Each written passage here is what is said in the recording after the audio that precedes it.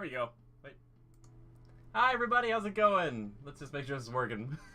Miss clicking around. Come on, Jimmy. It's so good. Always a good start right there. Really good. All right. Let's see. Let's get a good edit point, shall we? Eventually, it'll start up. That's the hope. Oh.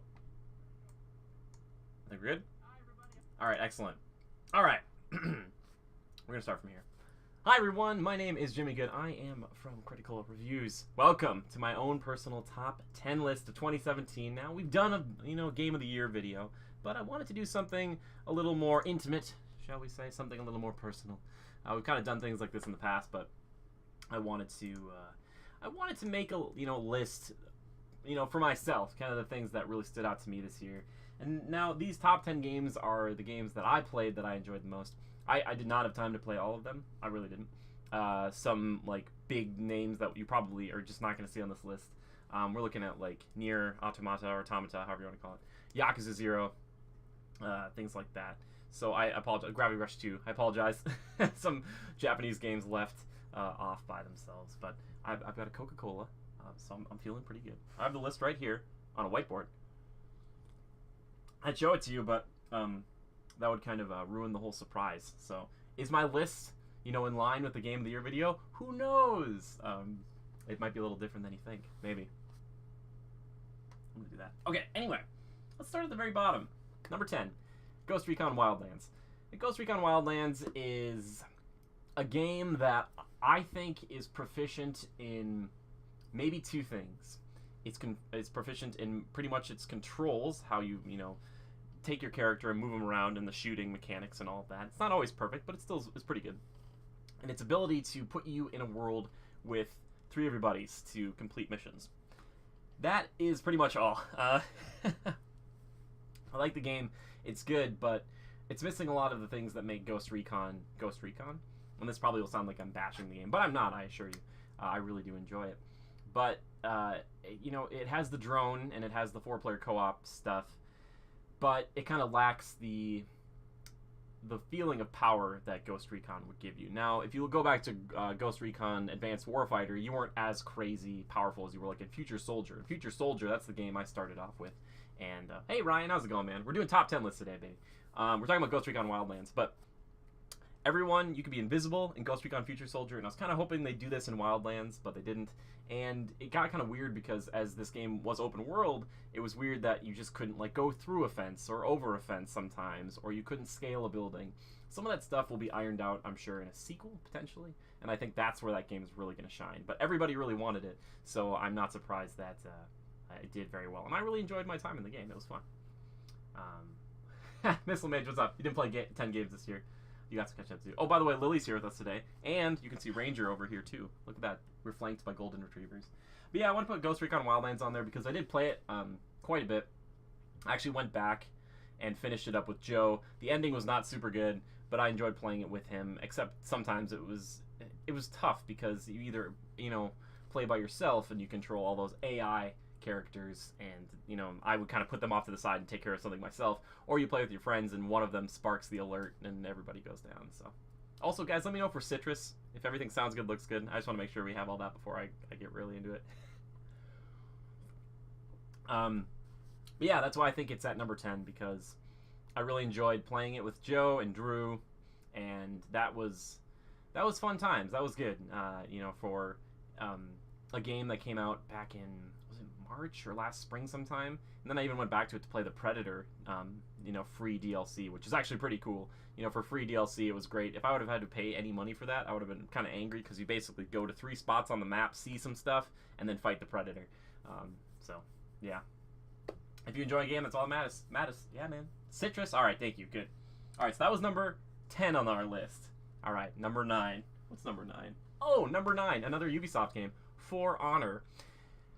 I'm going to start with the bad, and then we'll get to the good. The worst thing that I think that kind of killed For Honor, besides it just being kind of complex, more like a fighting game than I think they originally kind of shared with people, is that they had some issues with servers and people not having dedicated servers.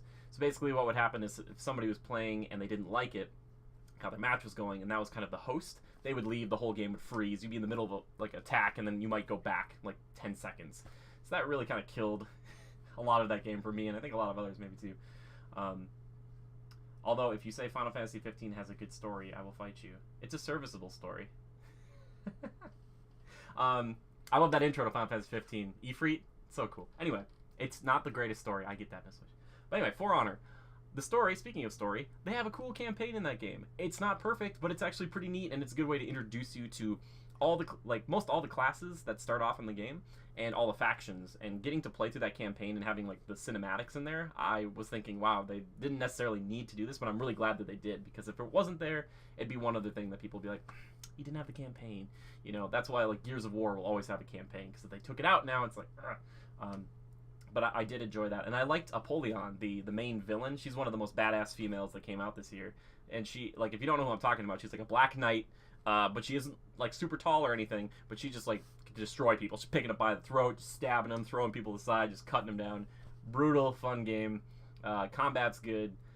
It feels a little weird now because they've added all these characters you have to either, you know, pay with real money or you have to play enough of the game to play as, and some of these new characters, kind of like a MOBA, they've made them a lot more technical. They're a lot more complex, and so if you're playing against people who just constantly play this game and have those characters, if you jump back in at any time, you're going to get destroyed, and it's not going to be super fun. But at launch, that game was great, and I really enjoyed it. And For Honor is a game that I think over time people will have a little more respect for, potentially. It's a better, I think it'd be better as like a $30 price point, even though it's got a great production value and stuff like that. The budget, there's the word. All right, number 8, and I have it right here so I can remember it. Kingdom Hearts HD 2.8 Final Chapter Prologue. I put that on this list because not only does it contain a few Kingdom Hearts kind of things that are from the past, which I'm not really going to talk about, even though Dream Drop Distance was great because I got to play as Riku, thank God, and I never wanted to play the handheld or wherever else it was. But playing the Final Chapter Prologue itself was really cool. It was a nice taste of what we're going to hopefully see in Kingdom Hearts 3, and that is something, as I, as a Kingdom Hearts fan, have been waiting for what seems like an eternity. It's like, I just want to see what this game is going to feel like a little bit. And playing as Aqua through that was actually really fun, and it looks gorgeous. It sounds good. I'm just so stoked to play it. And that whole package was a really cool thing because you had that, you had Dream Drop Distance, and then you had like that movie that you could watch from that other game. It was kind of weird. Oh, by the way, boys and girls, if you have anything you want to talk about and add it in this, please, you know, put it over in the chat and I will read it off, or we can talk about these games. If you're like, Jimmy, you should talk more about this or that, please, you know. I don't want this to just be a dialogue. I want this to be a dialogue, not a monologue. There you go. Words. I did it. Lily, proud of me? High five. Okay. That was a high 4 from her. But anyway, Kingdom Hearts 2.8. Oh, man, weird. It just got me hyped for Kingdom Hearts 3. And thinking back earlier last year, I remember playing that back in like January, was it? Something like that. I talked about it on that my TV show Game Sharks and kind of went into it a little bit. And I really did enjoy playing Dream Drop Distance. Even though I did screw up a little bit because like you can pick worlds to go to and you can pick out of like there's always like 3 worlds in a group, and I accidentally with Sora picked like the hardest and highest level world, and with Riku I picked like the lowest. So with my Sora playthrough it was much tougher than it was for Riku. But yeah, it was good. Hey Anna, what's up? Thanks for stopping by, Anna. But yeah, Kingdom Hearts 2.8 Final Chapter Prologue. Sorry, Kingdom Hearts HD 2.8 Final Chapter Prologue.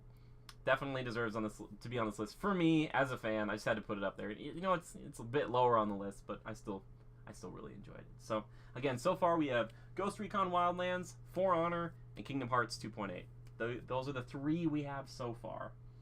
Now, this is where it starts to get interesting a little bit. Now, you guys are going to have to forgive me on this next one.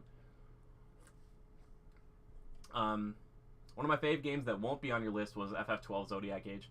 Missile Mage, I tried to do my best to not put, like... I try to do, I should say, of new games. Now, we could just say, you know, Kingdom Hearts is not technically a new game, but that portion of it that was new, that's what I hold dear to me. So, like, 12 is, like, as a remake, you know, For You might be at, like, the top of the list, or remaster. It just, you know, even if they redid something like Legend of Dragoon, I probably wouldn't put it on this list, even if it was amazing, which I plan on streaming that game. If you guys have never seen The Legend of Dragoon, oh boy, you guys are in for a treat. We'll do that someday. I'm a little bit ways through the game right now, so we might just start wherever I am. Anyway, moving on. Number 7.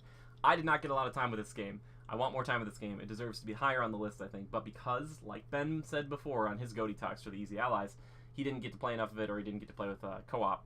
I'm actually waiting on Ben to play that. Divinity Original Sin 2. From the little bit that I've played, it's incredibly good. If it's anything like the first game, it deserves to be like in the top 3 spots. I can't really tell you guys too much about the game because I could be here for hours talking about it because there's so much, just the freedom, I think, is one of the greatest things, but the respect the game gives you. Kind of, it's like, hey man, you want to do whatever you want, do anything you can think of, pretty much.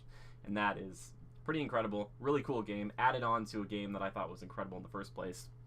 That's why it's on the list. So I've heard very good things about Divinity. I might put that on my list to pick up at some point. Yeah, and the other thing is, too, it has all this stuff, all this content, all these new classes and characters, all this, but then there's, like, if you're a DM, like Simon here, lots of other stuff if he shows up, you can make a campaign for people. Like, what? Like, you can make, it's like the D&D game that's better than anything that the Wizards of the Coast could put out, like, as far as a video game is concerned. So if you're into Dungeons and Dragons, or you're into RPGs, or you're into just computer games, I highly recommend it. And it's a bit easier as far as, I think combat is a little more forgiving. In the last one, you can only move a certain number of spaces to use up your action points, and that kind of sucked because you can move like this far and it would take up like 1 or 2. Now it's like this far for 1 or 2 of those points, and it's a little more free, which is great. That's excellent. So one day I would love to do like a stream of Divinity Original Sin 2. I know Levi really wants to play. I know Leo really wants to play. And if you guys would be interested in seeing that, please tweet at me or let me know here. Be like, Jimmy, you got to do this. We got to do this. So, yeah. All right. Divinity Original Sin 2. That's number 7. Guys, this is taking it out of me. By the way, we're going to keep this short today because I'm doing a super mega monster stream tomorrow of Monster Hunter World. So if you guys want to come hang out with me tomorrow, I think I'm starting at like 2 p.m. Central Standard Time. Super duper long stream. Like all day-ish type thing, so I know it kind of starts midday, but it'll go into the night. So hopefully you guys will stop by for that. All right, number 6. A little bit lower than maybe some people would expect, but Cuphead. Cuphead is a game that came out in September. I didn't really pick it up until December myself, but I really enjoy this game. It could potentially be higher on the list, but I think Cuphead does a few things super duper well. I think its art design, obviously, and art direction, all the art in every form is beautiful in this game. The gameplay is fun. It is crushingly difficult sometimes, but the ability to go right back into it is really nice, as opposed to a Souls game where you have to run back to a boss. You can just fight the boss again and again, which is really great. The co-op, I played just a little bit of the co-op. It's fine. If you're playing with someone who is less experienced than you, you kind of spend some time like just saving them. And if you're less experienced than your partner, then your partner might be saving you the whole time. So finding someone who is kind of like the same skill level as you and isn't as dying as much, that is like probably the best. And I'm not sure if the bosses scale with 2 players or not. I'm not sure. I won't play Cuphead. I don't fancy torturing myself. Fair enough. But it's a gratifying game. I really do enjoy it. I see myself playing it for a while after I've streamed it and going back to it when I'm done streaming it. Like I want to play this game more. I want to play it now, but I'm like, I'm doing a full playthrough, so I'll wait till I'm like done with the main game, and then I'll go back and do some of those optional challenge things and maybe try the harder difficulties. But then if I lose, on the hardest difficulty, I can be like, you know what, that's fine. I played through the game. It's good. I loved it, but I'm gonna remove myself. So yeah, Cuphead, I think, definitely deserves to be on a lot of top 10 lists this year. It did something crazy and cool. I'm just imagining, like, what this opens the door for in that, sort of animation style moving forward, because they'll probably make another, like, a sequel to this or something, with the same style. But I would love to see a whole open world, based like Cuphead. And I think it plays really well, and it got a lot of people's attention. And they listen to people. Originally this game was going to be, like, 8 bosses, and that was it. But then people were like, oh cool, it's like a boss rush, and they're like, yeah, and people were like, that's it, when they would show it around at shows a few years ago, and they're like, uh-oh. So they like tripled the number of bosses, and they put like a bunch of run and gun levels in there. So they've done a good job of keeping the variety in the game without it feeling like it's just like a one note thing. So I really respect that. I really do. So great game, not for me, Miss Mage. I appreciate that. Yeah, please guys, comment on these things. I want to know. Do I know Bob? I don't. Who's Bob? Which Bob? There's so many Bobs. Lily, do you know Bob? Not you. Cuphead, number 6. All right. Number 5. Here's a game that I feel deserves so much praise, because we're getting into the top 5 here. And these five for me are without a doubt the best games of the year. It's hard for me to really find a ton of faults with these games, but let's start with number five. I'm not really into fighting games. Uh, I'm really not. Like, I like some of them. I really liked Ultimate Marvel vs. Capcom 3. I like how fluid it is. And I've never really enjoyed Mortal Kombat. Like, there's something about it feels clunky, feels a little weird. But one game that kind of hit right in between those, and it's from the same people who made Mortal Kombat, Injustice 2. I look at Injustice 2 and a fighting game where story comes to mind first it blows my mind. I don't even understand that. It's like saying, it's kind of like looking at the old Warcraft games and being like, yes, the story is great in those games. It's like, what? In a strategy game, the story is good? But the fighting is so good along with an incredibly good story. The best thing that DC has put out movie form for a long time was this movie. I mean, in the game. Like, the cinematic story that's being told here. I feel like Ed Boon should be paid to direct whatever DC stuff's going down next because it is so freaking good. Yeah, there's a lot of, misunderstandings so people can fight each other, but they frame it in a way that makes sense, and it's a lot less complex than the first game. You go back to that first game, and there's, multiple Batmen fighting each other and all this stuff. It's like, whoa, what? This game is just like, nope, this is just its own little dimension universe doing its thing. So I really enjoyed it. I love the beginning even where you have Kara, Supergirl on Krypton, dealing with Brainiac, like that whole bit, super duper good. Even the gear, which I thought was going to be weird and kind of like, pay to win, wasn't that. It was like a really cool way to make your character look certain ways and make them even cooler. Like my Scarecrow looks amazing, like a hood and like a cool, like crinkly cape, and I absolutely love it. The fighting feels good. It's not too complex to memorize some of those things, and it's fun because I would come back to it from time to time. I even picked up Red Hood because I think Microsoft gave me a few, like $5. It was like they're like, hey, here's a gift card for the holidays. So I did that and paid like $2 or $3 for Red Hood.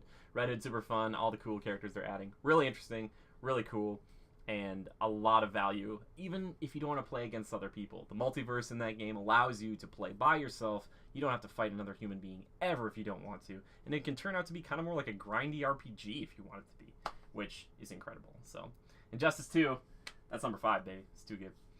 Never been a big fan of fighting games. Never took the time to learn all the mechanics. Yeah, Ryan, I totally get that. And I think while Marvel vs. Capcom Infinite, I've heard is a little more accessible than Injustice 2. Injustice 2 has such a good job of that kind of carrot on the stick that like kind of leads you into trying out more characters and really gets you into it. But I'm hoping Marvel vs. Capcom Infinite has a better year. I think Capcom's going to have a great year, and they're going to retool a bunch of that stuff in the summer. So maybe we'll come back to that game. I don't know. I always like Marvel vs. Capcom so fluid. That's what I love. It's just so fast, which I really enjoy. So it's a video game story, a good story, while also giving you fights you want. Yes, Missile Mage. High five, dude. Exactly.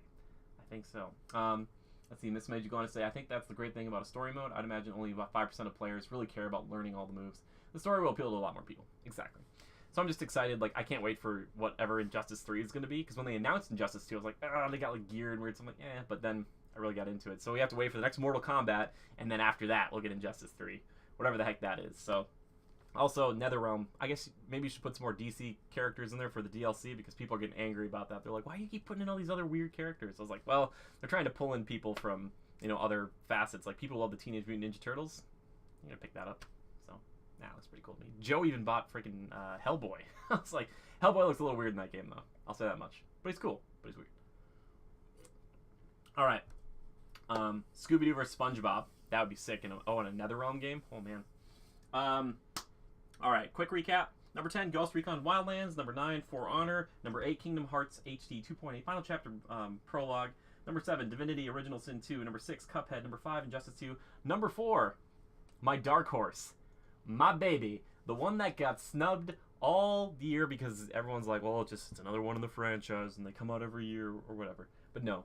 This game took a year off. This group held back. It's the third Ubisoft game on this list. It's Assassin's Creed Origins. Assassin's Creed Origins is a phenomenal game.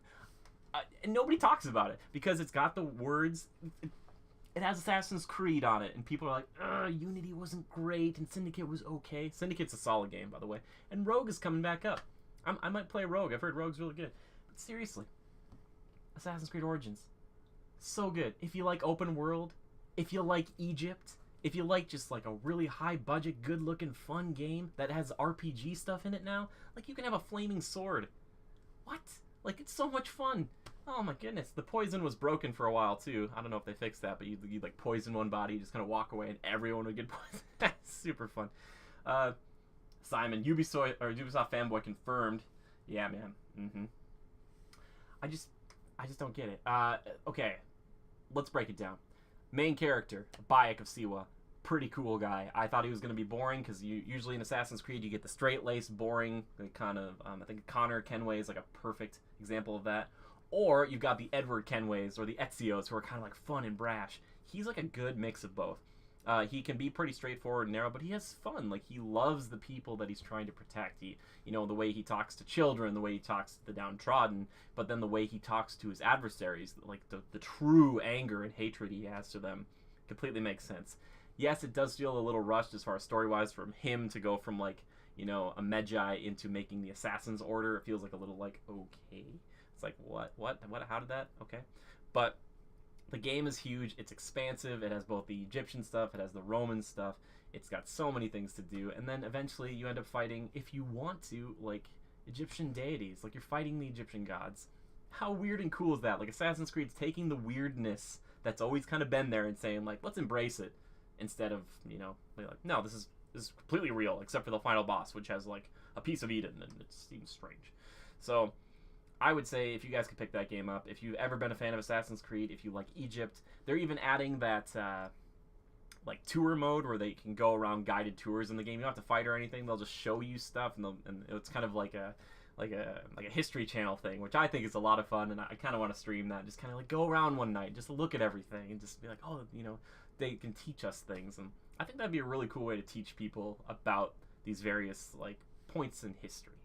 But yeah, besides that. Also, Assassin's Creed gets the Best Bow Award. I talked about it on the podcast this week, but they deserve the Best Bow of 2017. It is better than Zelda. It is better than Horizon Zero Dawn. It's better than Shadow of Mordor or Shadow of War.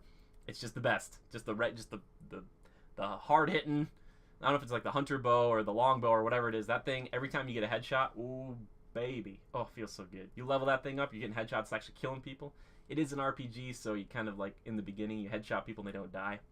I don't know how it works either, but it's very good. Yeah, so good. People care too much about games being groundbreakers too much. If the game's super fun, that's great.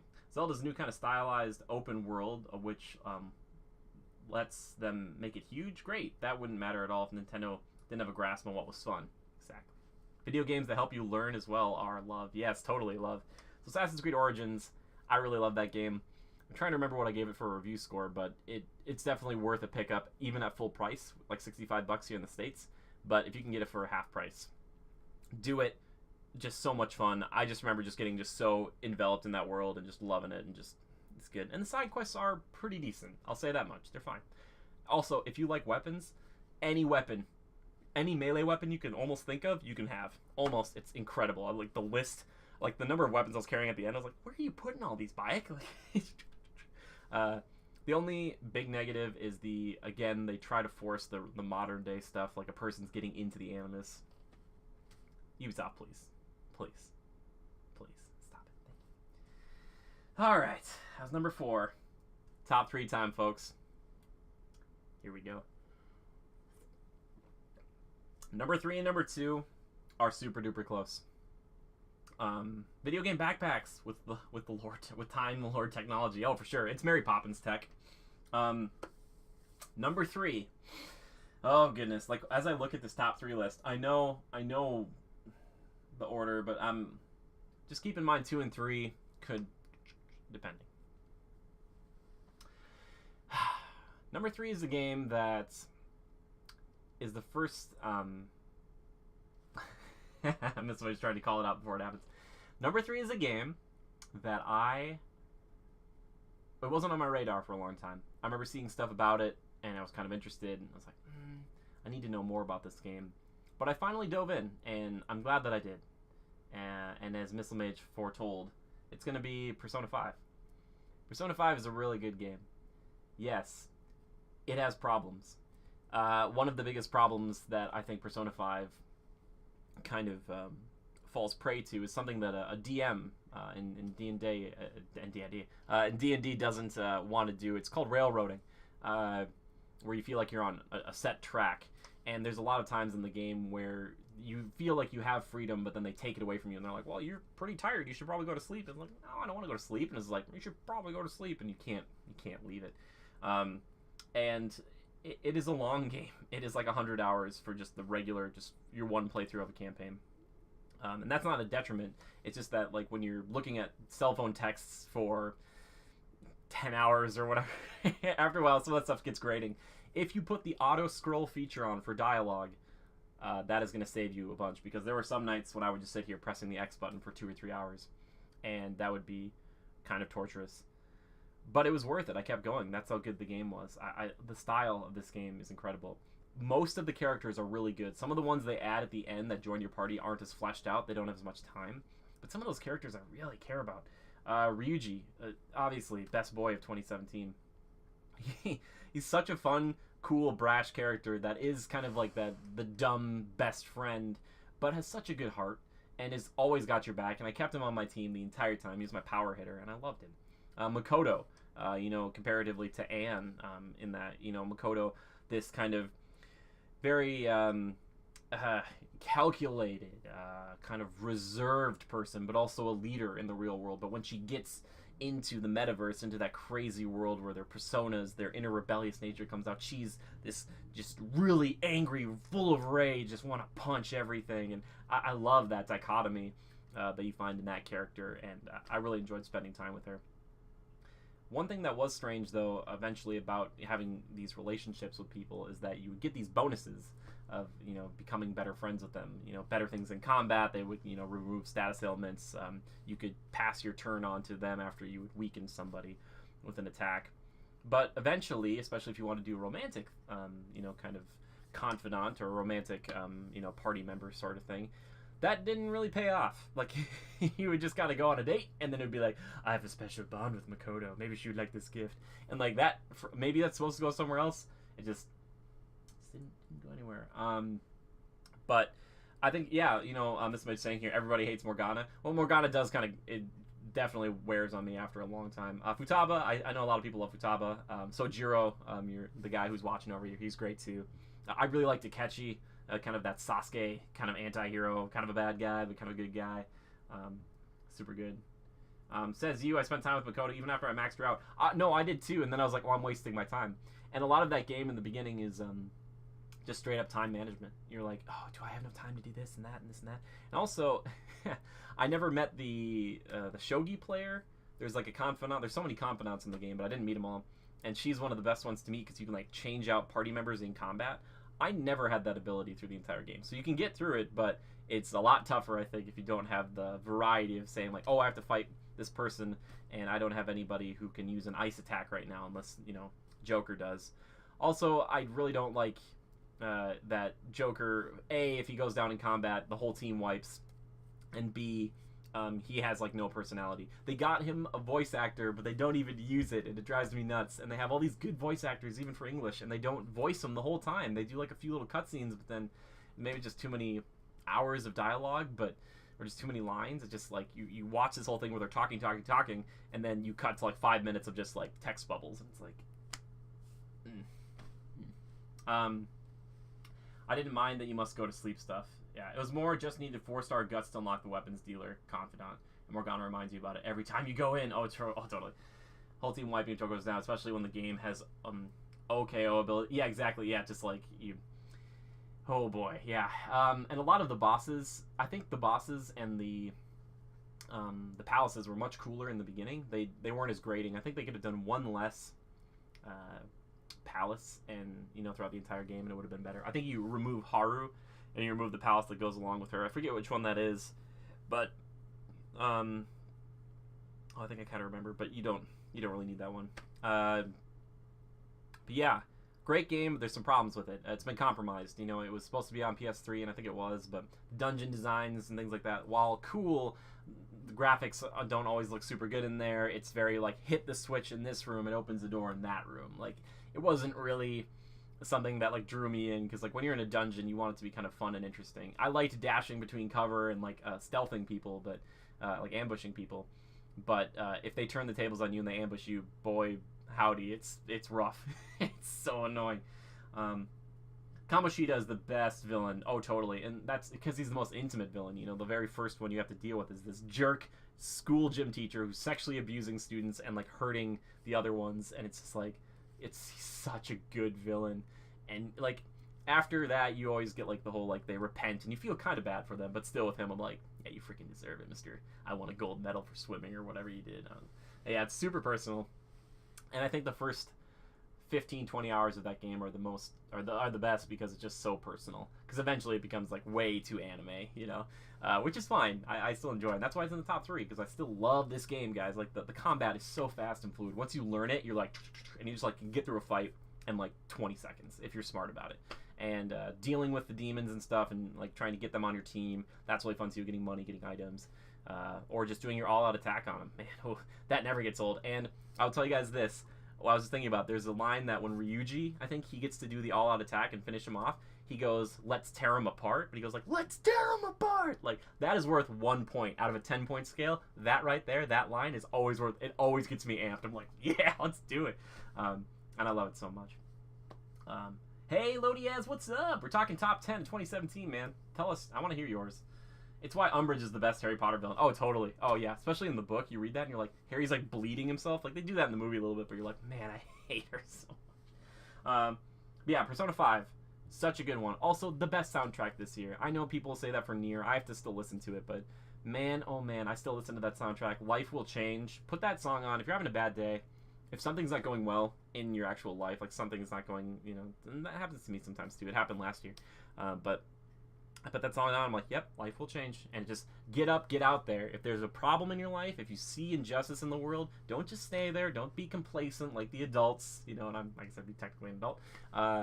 But fight for it. Fight for the right thing, you know. Don't just sit back. And I love that it has that message kind of ingrained in the whole thing of, like, what the actual Phantom Thieves are. And seeing, you know, your little meter for the loading screens on, like, you know, how many people are behind you and what they're saying about you, I thought was really smart, because as someone who puts stuff on the internet all the time, you know, I get a lot of that where I'm like, okay, yeah, that's good, that's good. And then there's like one negative feedback. I'm like, ugh! So like when that would happen on the game, I was like, oh yeah. Yeah, man. Super duper good. Nier, Persona, Horizon, Zelda, Mario, so many good soundtracks. I'll fight you a little bit on Zelda. Sometimes Zelda's weird. They've got like a French accordion thing, and sometimes the Goron, like the music or the fight music's like, it's like, they could have done more sweeping orchestral stuff. Like, listen to their trailers. Those are better. Yesterday, just standing in a field in Horizon listening. Thank you, Missile Mage, which is an excellent transition into my number 2 spot on this list. Horizon Zero Dawn. Horizon Zero Dawn came out at the wrong time. I love you, Horizon. I love you, Aloy. I love you, Guerrilla Games. You were like, oh, we've been doing Killzone for a while. Probably should do something different. Well, boy howdy, you guys should have been making third-person shooters the whole time. Oh my god. This game is incredible. A technical marvel. You know, depending on what you feel like as far as, like, the actual video part of a video game. And that's a big deal to me.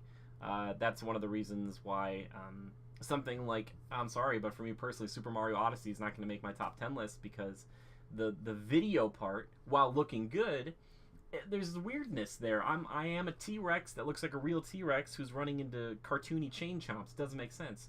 Horizon Zero Dawn does such a good job of contextualizing everything in its world, like the actual enemies themselves, and then just standing in that world, just walking around. Oh my god, it's breathtaking. Just go walk into a forest. Like, it's just, you look at all of the things that are happening, like, it's really incredible. And watch, if you get a chance, go check out No Clip. Danny O'Dwyer, tell him Jimmy sent you. But they did a really, really, really good documentary about Horizon Zero Dawn and how that stuff works. And we'll do just a little diatribe here for a second. But anyway, so if you're looking through Aloy's perspective, you know, you got the third-person perspective. It's kind of a cone like this. So basically, they're only rendering like all the stuff really well in that cone. So if a rabbit jumps off screen, it's not that the rabbit isn't there anymore. It's just that it doesn't, you know, it's not going to look as good. But when you turn to look at it, it's just all that stuff in the cone. So the entire rest of the world might not look super great, but everything you're looking at right there, that's all that matters, which is incredible. It's really smart, and I love it so much. Aloy, one of the coolest characters this year. Makes sense why she's doing this, why people don't like her, and why she's kind of the chosen one. And I appreciate her character. Yeah, it gets a little grating every once in a while because she constantly kind of will comment on things. Like she'll be like, "Whoops," or "Gotta be careful." Like it's like you've said that like 1,000 times. It's like, you don't need to keep saying that, which is it's all right. I love you, Aloy. But that's how all games does it. Wait, what, Simon? Or is that about the But I will say this: whatever it is, it looks really good, and the way they've done it, and that's not why it's at the top of this list. It just the game looks gorgeous. The combat is super super fun. It's always a challenge. Even if you set stuff up, you can sometimes get things to go the way you want them to, but really, 9 times out of 10, you have to adapt to a situation that you didn't think was going to happen. You line up all these traps, and they go around the traps, and all the fights are tough. Like even at the end of the game, like you think like, oh man, I've got like a really big health bar. It doesn't matter. You still take a hit from like a metal object, and you're just like, and you're like, okay, you have to be really smart about how you engage things. The lance combat, I know some people like the momentum and kind of the swing through. I wasn't a huge fan of how that felt. I get why you had to do that, but I kind of hope that they get their lance game a little more on point. But all the weapons are pretty cool. The bow in this game is probably the second best bow of 2017, I'd say. There's a few of them, obviously, but the bow controls, I should say. The different weapons, they have like a few different slings and slingshots, which probably could have all been condensed into one thing. But I really enjoyed the combat. The game really presents cool enemies to fight, besides having like these kind of jaguar type things. You got dinosaurs, obviously, and then just things that don't make any sense, that are just these crazy super monster machines.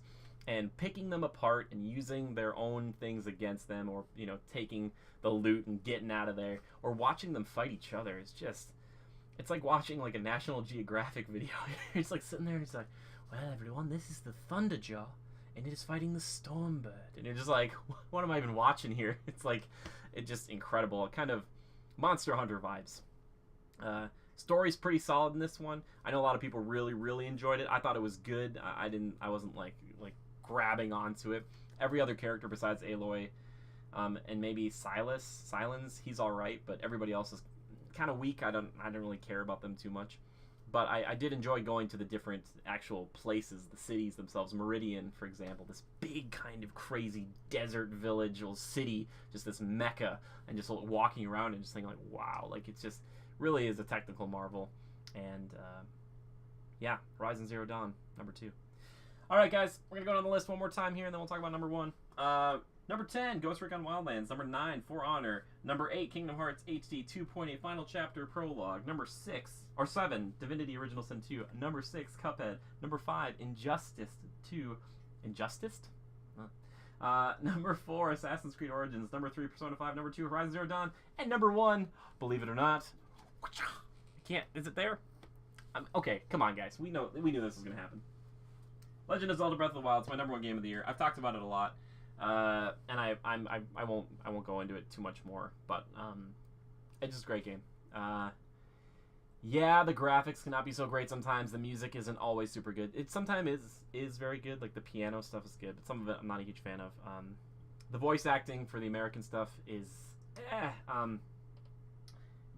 but the fact that it's broken games, like it breaks the gaming world. This is I'm gonna tell you guys a little metaphor I came up with. If the Switch is a meteor and it's gonna smash into the gaming landscape and change it forever, Zelda set that puppy on fire, man. It's changing things, because not only is the Switch a kind of a game changer for a lot of people, but Zelda itself. I was playing Watch Dogs the other day, and I couldn't even jump over a flipping railing, or like climb up one rock. It's like, do something.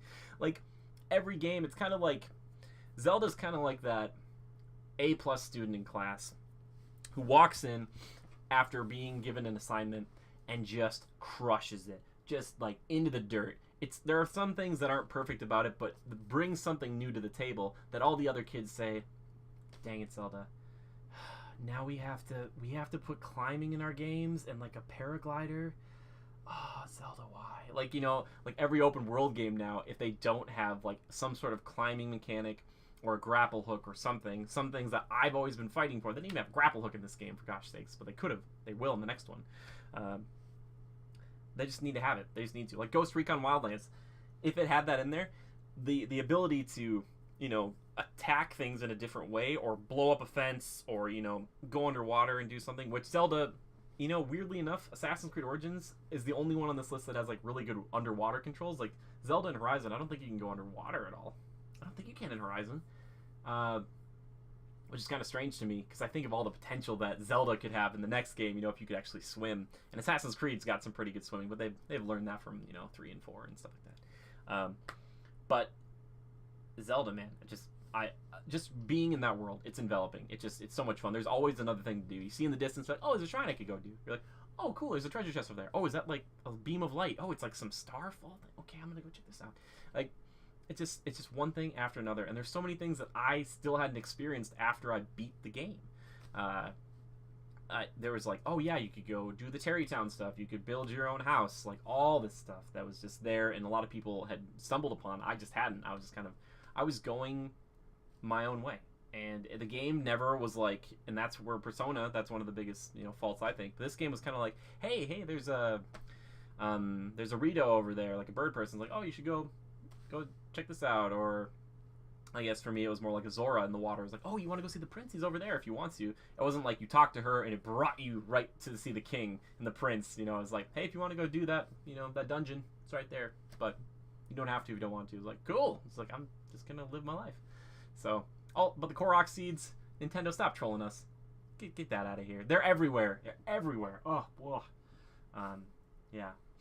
I've been pushing for us to get some less realistic looking open world games. That's the one thing that stands out for me. For sure. You cannot go underwater in Horizon. Yeah, I didn't think so. Is there no water temple? I guess not really. I think Zelda benefits from a lack of focus. Most open world games have a sort of focus, which limits what you can do in open world Zelda. More like Skyrim.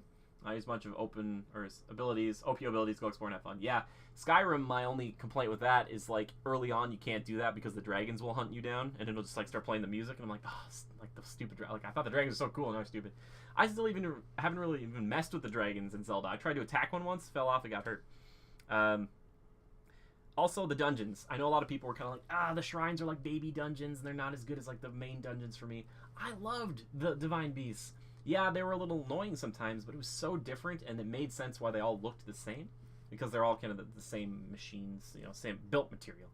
But I loved changing a space. Like, you're in a room, and in, like, you know, 99% of games, like, that's the room. This is the room.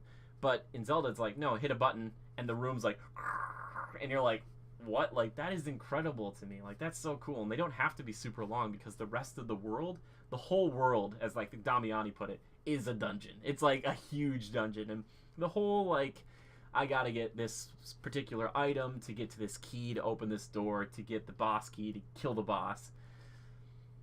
I'm sick of that, guys. Like, I don't want to do that anymore. I love that Zelda, like, you know, Nissamage said, they give you all these abilities right away, and they're like, go have a good time, and you're like, cool. Like, what other, you know, cool abilities are they gonna put in next? But it's a great game. Weapon durability, I can see where it's annoying, but I like it. I just wish there was an ability later on in the game to say, like, hey, I want to make this flame broadsword eternal. Can I do that? Like with Korok seeds or something. But, yeah, once you get that Master Sword, and then I played Trials of the Master Sword within it, which I feel like should have been part of the game, because, like, powering the Master Sword up to its full potential was so cool to fight Ganon with. But, yeah, also, I will say this, though, the boss design, very, very Bloodborne. Very Bloodborne. There is a particular boss that sounds just like the Cleric Beast, looks a lot like it, too. I was kind of hoping that some of the bosses would be a little different. I kind of prefer bosses that aren't just like, I'm a monster to be a monster. Like, I want a boss that I have a personal vendetta against, where you're like, I've been freaking waiting for you, which is usually like the right-hand man in most video games. Like, you fight that guy all the time, and then you fight him, and then fight their master. Kind of like fighting the Darth Vader to an Emperor Palpatine. But, let's see. One of my favorite things to do in Skyrim was to jump off a cliff and use invincibility. But, broken, but super fun. Sometimes skipping, climbing down is just what you want to do. Exactly. Yeah, totally. And that's what's so great about Zelda. Like, you're about to hit the ground, and you're like, paraglider, and then you're like, it just mitigates the damage, and you're like, I'm okay. Okay. Sometimes I want to avoid a world with concrete rules. Sometimes I just want to do crazy stuff. That's why people used to love cheat codes so much. Oh, totally. Combat in this game is fine. I think to mitigate all the special abilities you have, they make the enemies hit like really hard, which is kind of annoying. And the whole ragdoll effect would be kind of annoying too. So I want them to refine the combat. That's I think one of the weakest points they have in the game right now.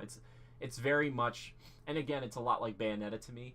It's more like you have to be defensive to be offensive. Like you have to dodge or parry at the right time to get all the attacks in.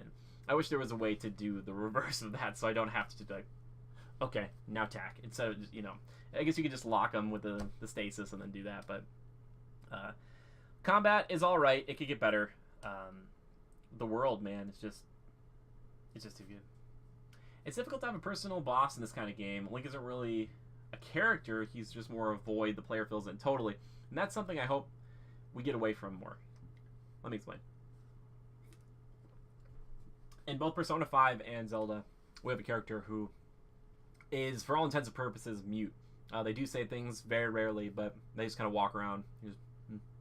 But I look at Aloy. Aloy, you have the ability to kind of pick and choose how she would respond to things. It didn't really affect much. You could choose between kind of the brain, the heart, and what was like the last one was like courage, something like that. Not that that mattered, but it allowed Aloy to still be a person, but she would respond in ways that you decided were a little more your Aloy. Like my Aloy is very analytical. She would respond in ways that were very concise and very tactical. But somebody else might have one who's just screaming at everybody. But she was still the same Aloy.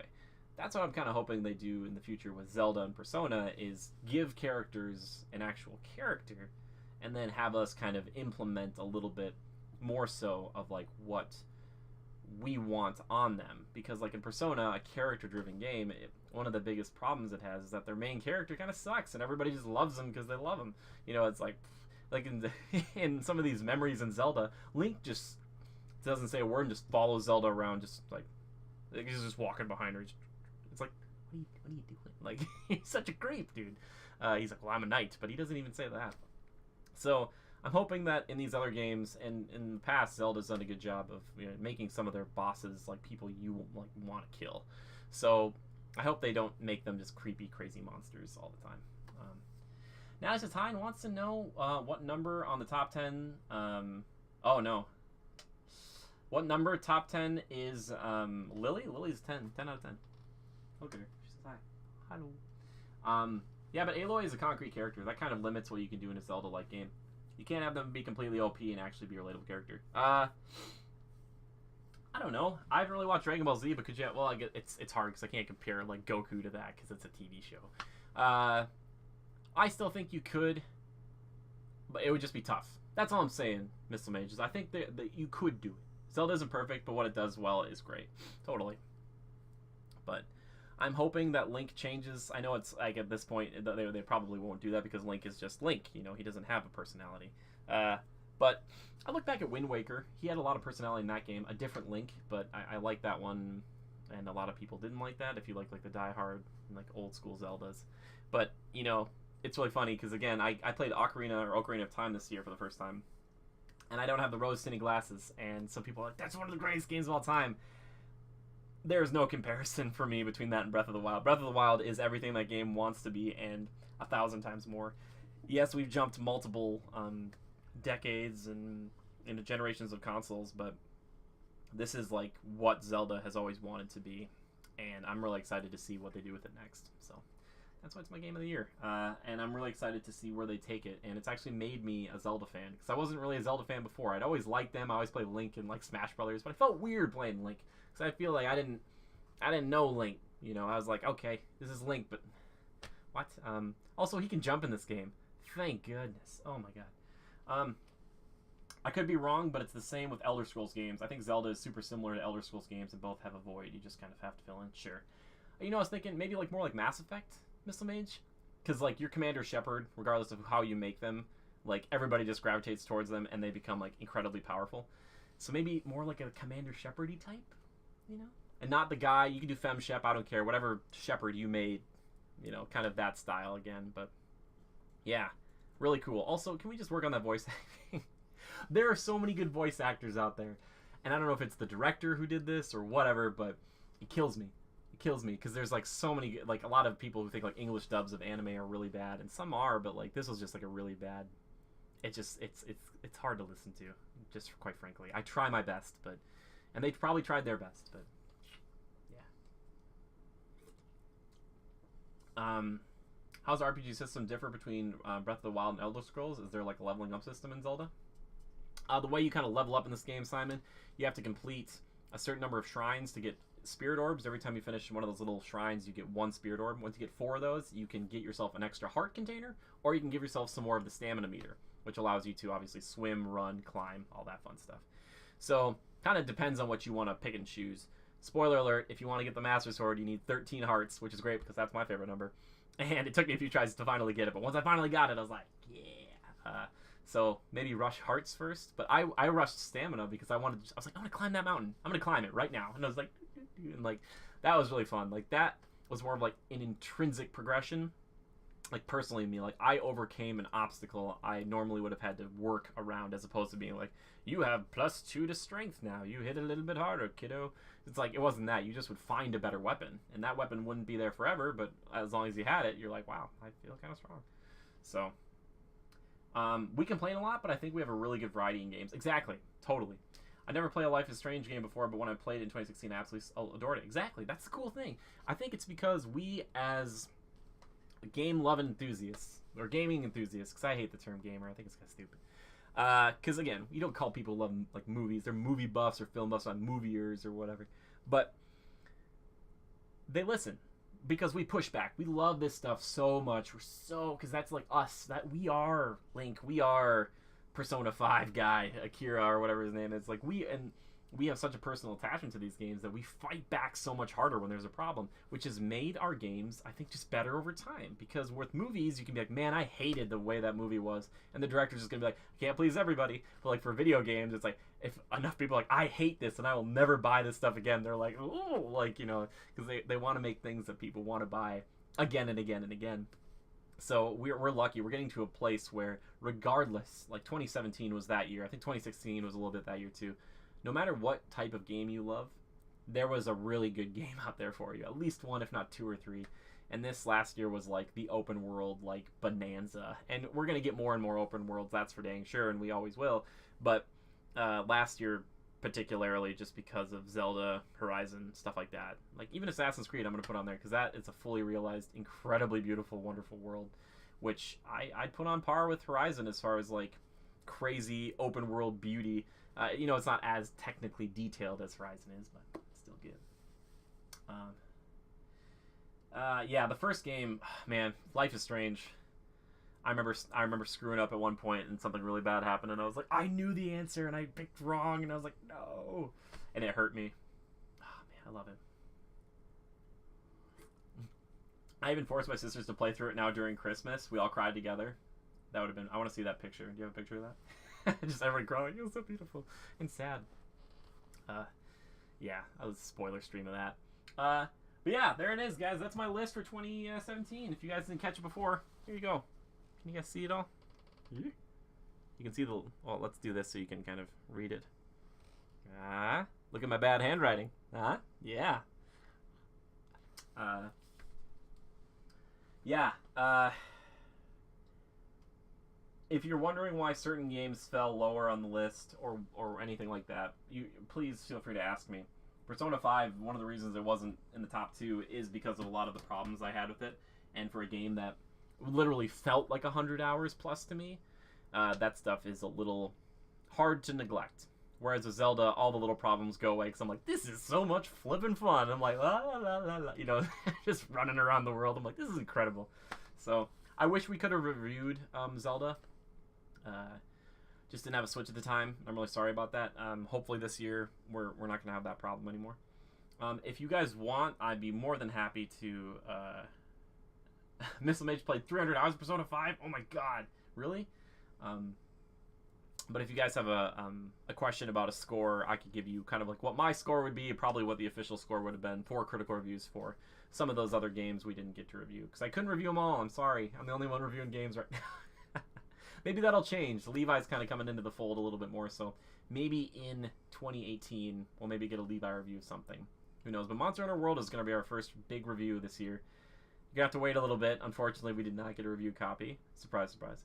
Well, eventually, maybe. But so everybody else is putting up their Monster Hunter reviews, so it's going to be a little bit. But I like to think it's just some quality, man. It's just like everybody who's going to get that game, they're going to get it anyway. But that review will be up eventually.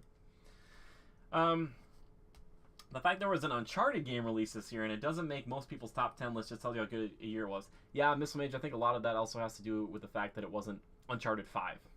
I think if you put that as 5 and made that game a little longer, people would have been like, okay, there we go, But because you do like colon something, like if the next Halo, that might be a detriment to the next Halo because it's going to be Halo colon, Sentinels or something. It won't be like, oh, this is Halo 6 when really it is. So that's a problem. That's a problem. Good list. Thank you, Lodius.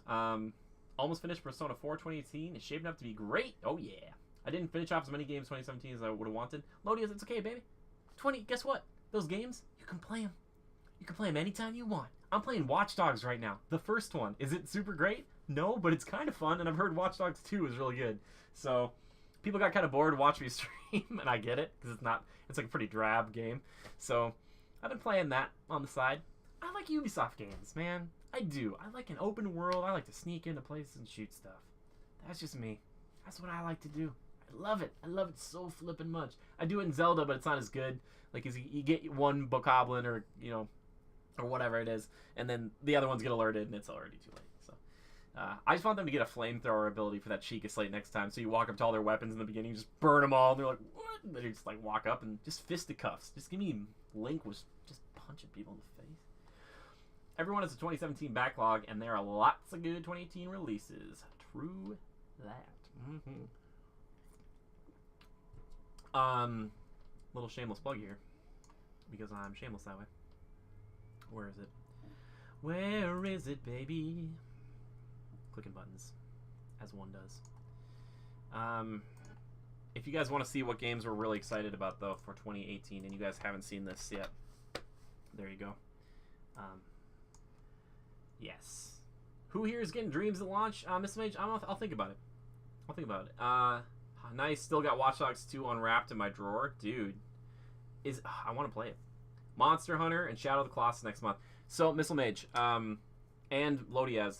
So, Monster Hunter, Lodiaz, I don't know if you heard of this before. We're doing a huge stream of it tomorrow, so stop back by here. If anybody's on Xbox One with Monster Hunter and they want to play with me, please join me. I would love to get your help. Joe's going to be on later. Levi's going to be on later. Drew's going to be on. Hopefully tomorrow night, we're going to have a full 4-man, and we're going to go hunting. It's going to be great. Settle in, get some hot chocolate if it's warm where you live for some odd reason.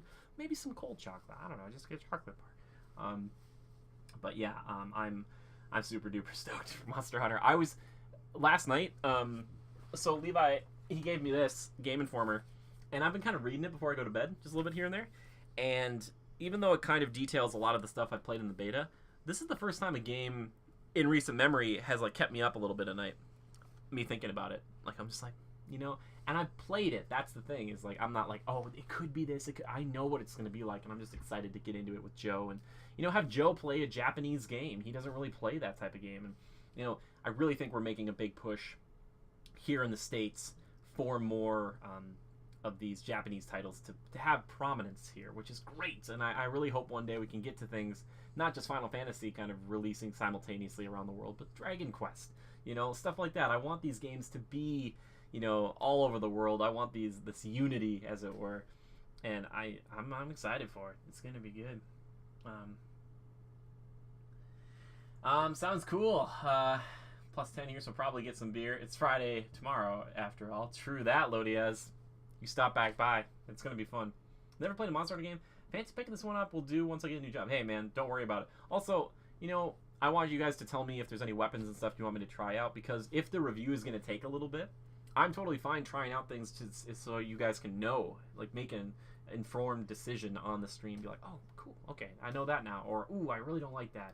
That sucks. So, yeah. My first Monster Hunter game as well. I played the beta and I loved it. Yeah, me too.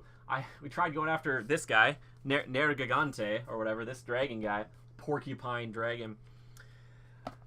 I couldn't do it. I tried fighting him alone a few times. It wasn't working, and it does scale to a point with adding people in. I think at 3 players it's like the hardest, but if you add a 4th, like it doesn't scale up to any further. So if you have 4 players, it's usually maybe like the best. But I was playing online with people I'd never talked to, so it kind of sucked. Also, by the way, I tried out Metal Gear Survive, the beta. It's fine. If you like Metal Gear Solid 5 and you've got friends who really love Metal Gear, it's the same controls, but it just is like a zombie kind of shoot 'em. Yeah.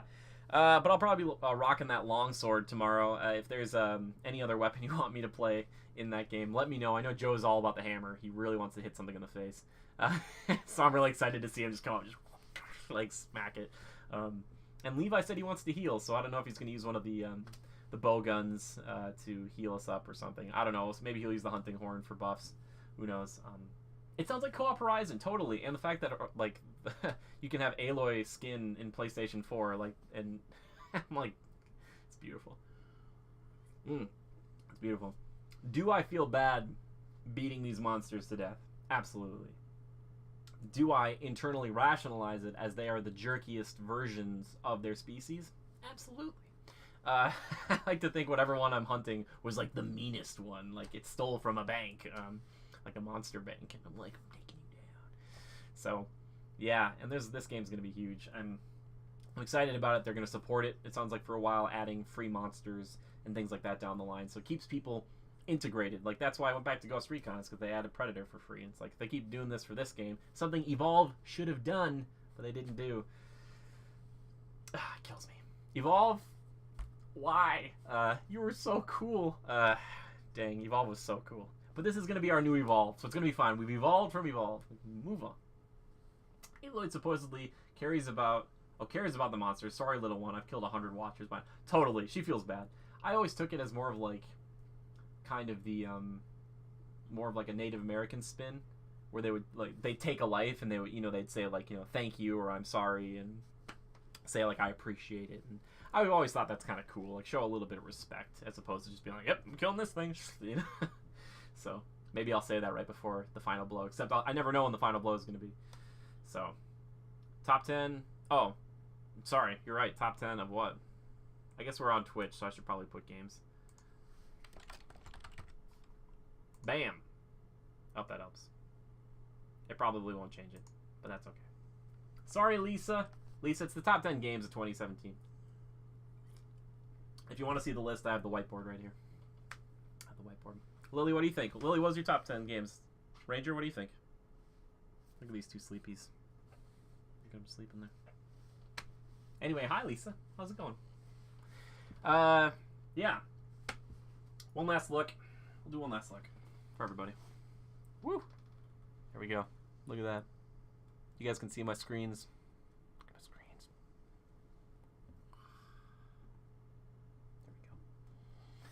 There we go. World War II.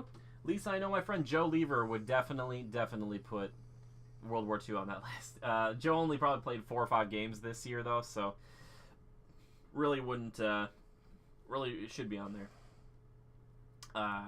Yeah, but for me, I'm waiting for Titanfall 3. I really am. I love Titanfall. I just can't go back to it. It's too tough. Did I play Divinity 2 this year? Simon, only a little bit. Only a little bit. But I put it on the list because it deserves to be like number 3 or 2, but I can't put it there because I haven't played all. But like from what I played, I'm like, yeah, it's so good. Oh man, what an intimidating game. Really cool though. I can't wait to play it. I think I need to get Divinity 2. Just keep hearing great things about it. Lodiaz, you know what? Here's what we're gonna do. I want to wait till Monster Hunter cools off a little bit because I want to play that and I want to review that. But I will tell you this: in a few weeks, and I don't want to put like a date on it. Probably in February, though, sometime. I'll do my best to try to pick that game up. And we'll try to stream that game. So if you guys want to see it live and in action, in person, to know if the great things are as great as people are saying, then we will actually see it live. And yeah, I'm excited to play it because I really do want to play it. Takes a long time to get into. It's slow in the beginning. Yeah, these huge RPGs typically are. That's fine. Titanfall 2, best shooter 2016. Bravo, Lodiaz. You're totally right. I love Overwatch. Overwatch, I love you. Your controls, though, because there's all these different characters, it's just not going to be as good. Everything you do in Titanfall feels like butter smooth. Like, ugh. it was definitely one of our top games. That, Overwatch, and Final Fantasy 15 were our top 3 of 2016. Yep. I'm all for variety streams. Yeah, baby. I'm trying to shake it up. I mean, Levi's been streaming World of Warcraft. What? Is that okay? Yeah, because he wants to stream it. If you want to stream it, baby.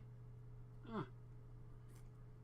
But I will tweet that out. Don't worry about Lodias. Hopefully you can stop back by for that, because I'm really looking forward to playing that game.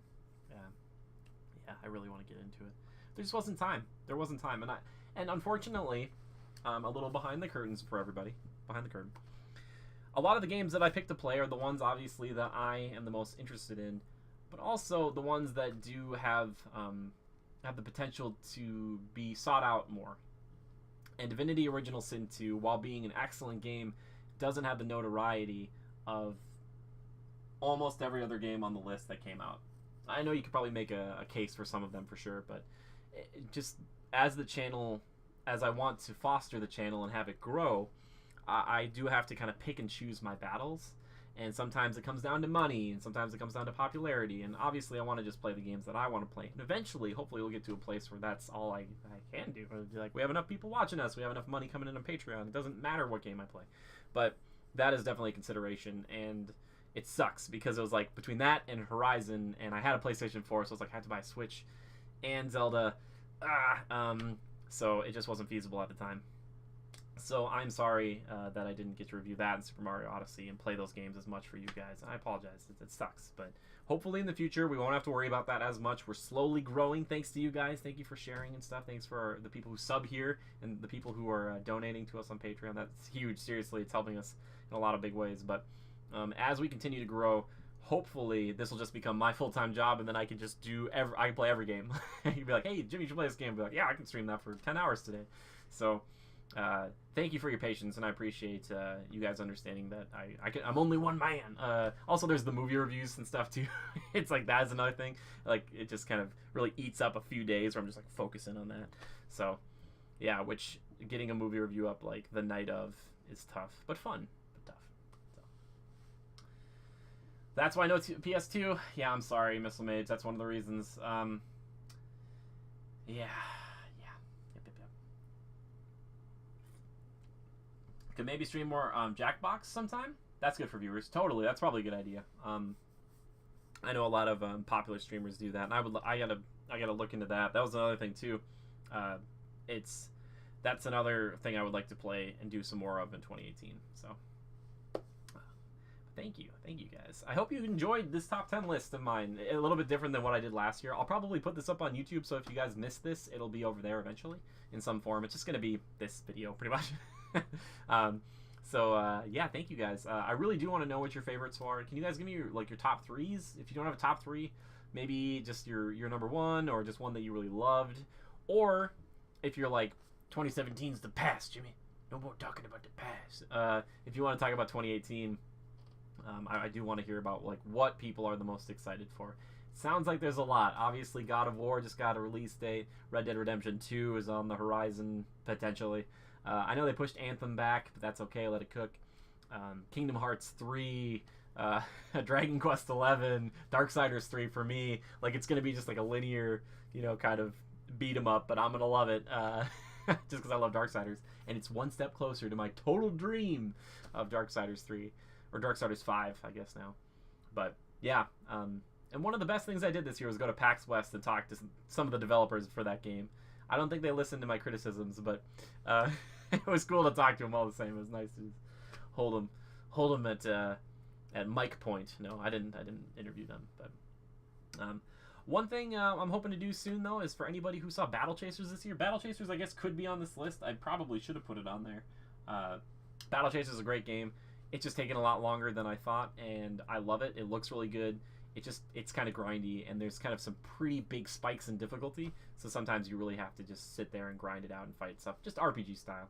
But hopefully we're going to have somebody on who's, was part of making that game on the podcast soon. Tease. Yeah. This maid says FF12, cool, Persona 5, and Horizon. Good stuff. Nier Automata, Horizon Zero Dawn, number 3, not sure. I love that, Lodias. I still gotta play Nier. Played the beta, or the demo. It was good.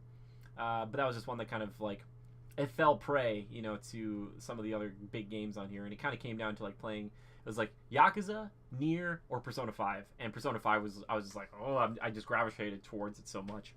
So again, I'm sorry. I want to play these games, but I just I can't do it all. I'm a one-man band sometimes, unfortunately, and I try to like put out a lot of good quality content for you guys, but unfortunately I'm not like 9 strong like the Easy Allies. I don't have people I can delegate and be like, all right, Joe, you're covering Far Cry 5, and Levi, you will be covering this new MMO thing, and I will cover this. It's like, nope, you're gonna cover all that. I'm like, yep. Top 5 backlog games. Yeah, let's do it. Can I say Divinity? Is Divinity? I know I put it on the top 10 list. Can I put that on there though? Divinity Original Sin 2 is probably the top. So good. I've heard so many good things about Yakuza 0. So many good things.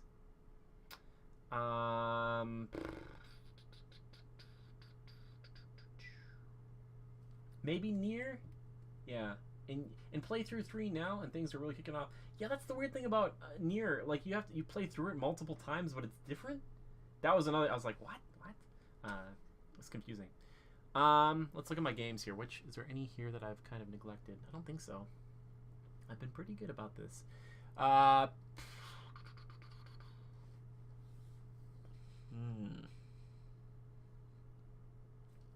don't know if I have 5. I'm sorry, I don't know if I have 5. That's a good question, though. Divinity feels like 5 games itself. Just like, that's the game.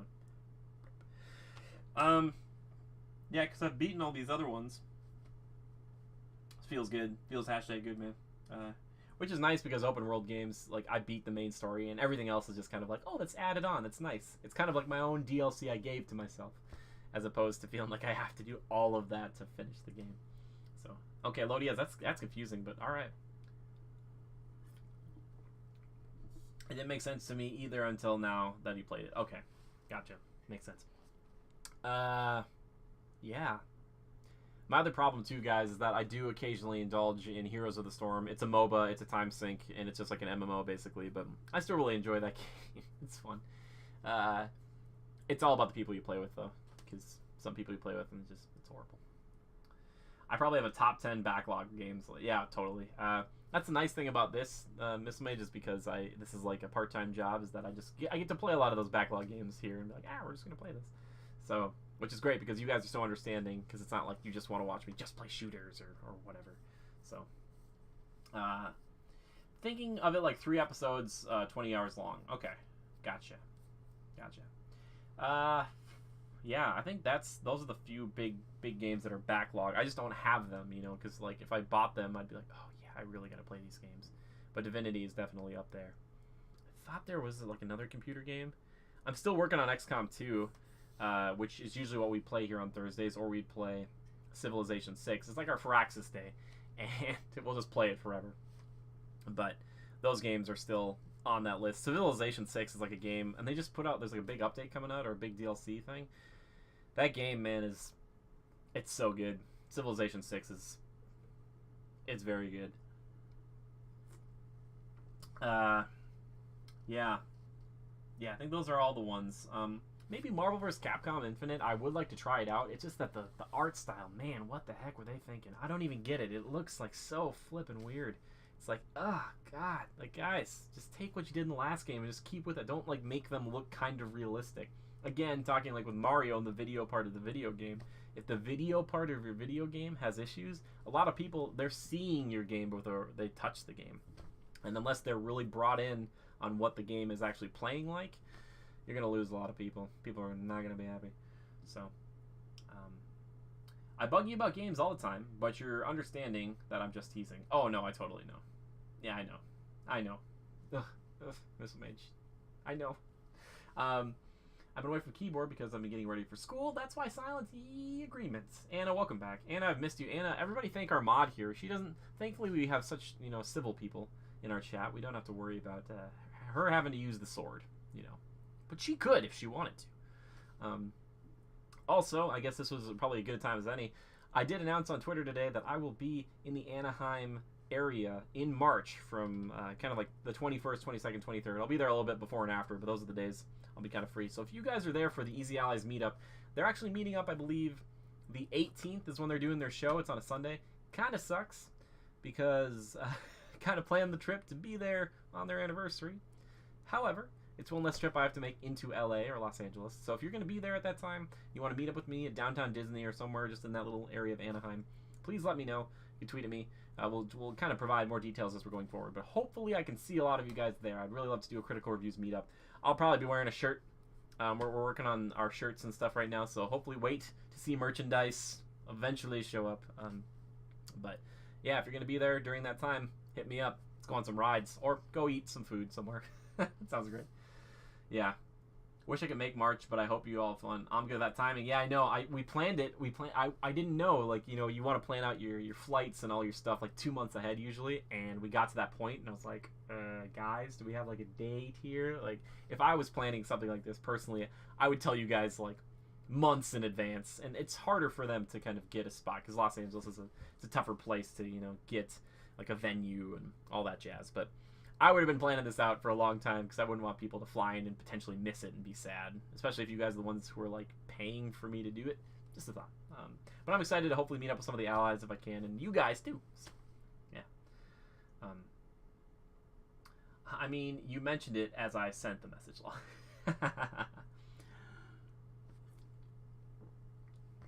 See, look at that. Great minds. Yeah.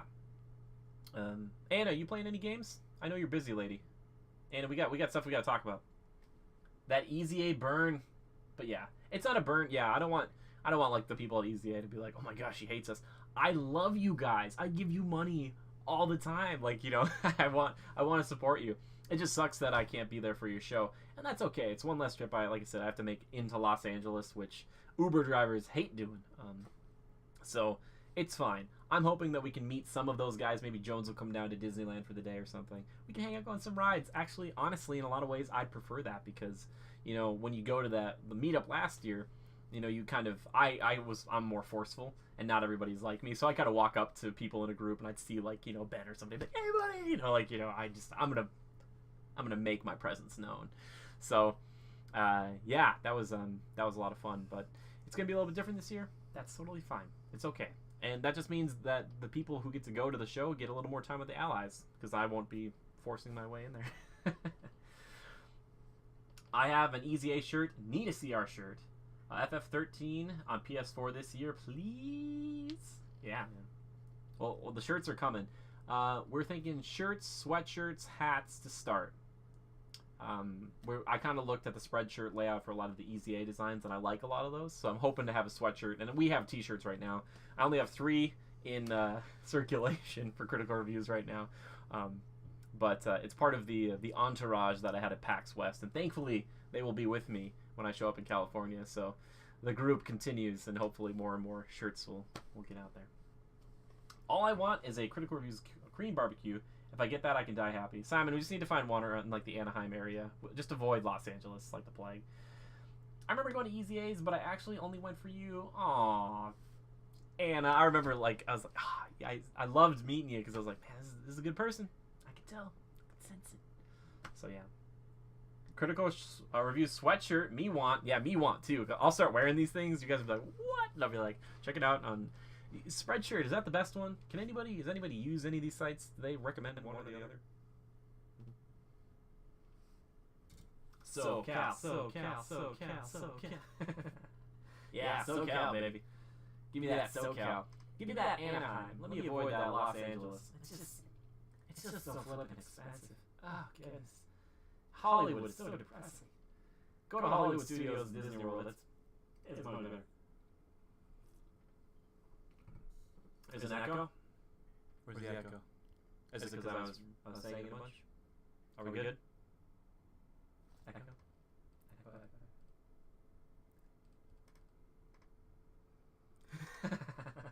Is it still echoing? You guys can tell me. Are we citrus?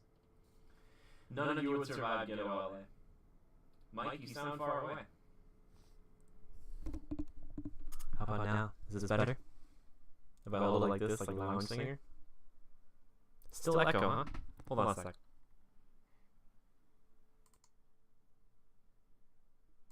How about now? Is it better? Tell me. You can tell me. You sound far away and pretty bad echo. What the heck happened? How about now? Tell me. Still echo. Weird.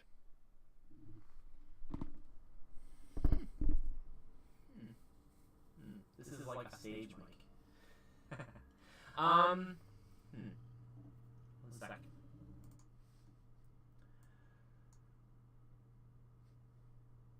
How about now? Is this better?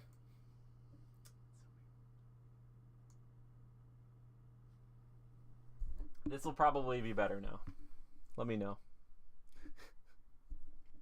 That's better. I'll tell you guys what. Here's a fun little story. Yeah, that's the problem. I figured it out. Because I'm so clever and handsome. That's a joke, by the way, I got from Orcs Must Die. And if you ever hear me make it, I do not necessarily think those things about myself. It's just a joke. I think what happened is on OBS, I have like a snowball setting, and then I also have like a mic setting. And the snowball setting kicked on, like the snowballs picked up like again. So it was like redundancies were coming in. So better now, hopefully. Spreadshirt has been bad for me. Every time I've ordered Easy A stuff, they don't calculate the customs, so I get charged with like an $80 fine. What? Oh, goodness. That makes me kind of sick. I've also heard of TeePublic. Have you guys heard of TeePublic? Can anybody verify that? Is there any site that you guys like to buy shirts and merchandise from? We're trying to find the best one for everybody. So, I don't want people to have to spend an extra $80. Holy goodness. Simon, I should just bloody send you just all the merchandise. You've been too good to us. the number of subs and all the updates for December was so high thanks to you. I was like, I wish I could pay Easy Allies to be on their halftime podcast forever, but not yet. So send Simon all the monies, which is funny because I think that's what they call it in what do they call it in Kingdom Hearts? I think they call it monies or something. It's cute. Their currency's name is cute. I like Gil too from Final Fantasy. The Gil, Gil. How much Gil you got on you? 3,000. Okay. I get it. Why did I mention FF8? I really want to play it now, dude. One of the greatest cinematics, like for an intro ever. Oh, whoa. BRB gonna get a second job. No, no, Simon, don't do it. Don't do it. No, Simon, you've been too kind. No, this is, you know what? I'm making a stand right here. They probably won't see this, but Easy Allies, I'm calling you out.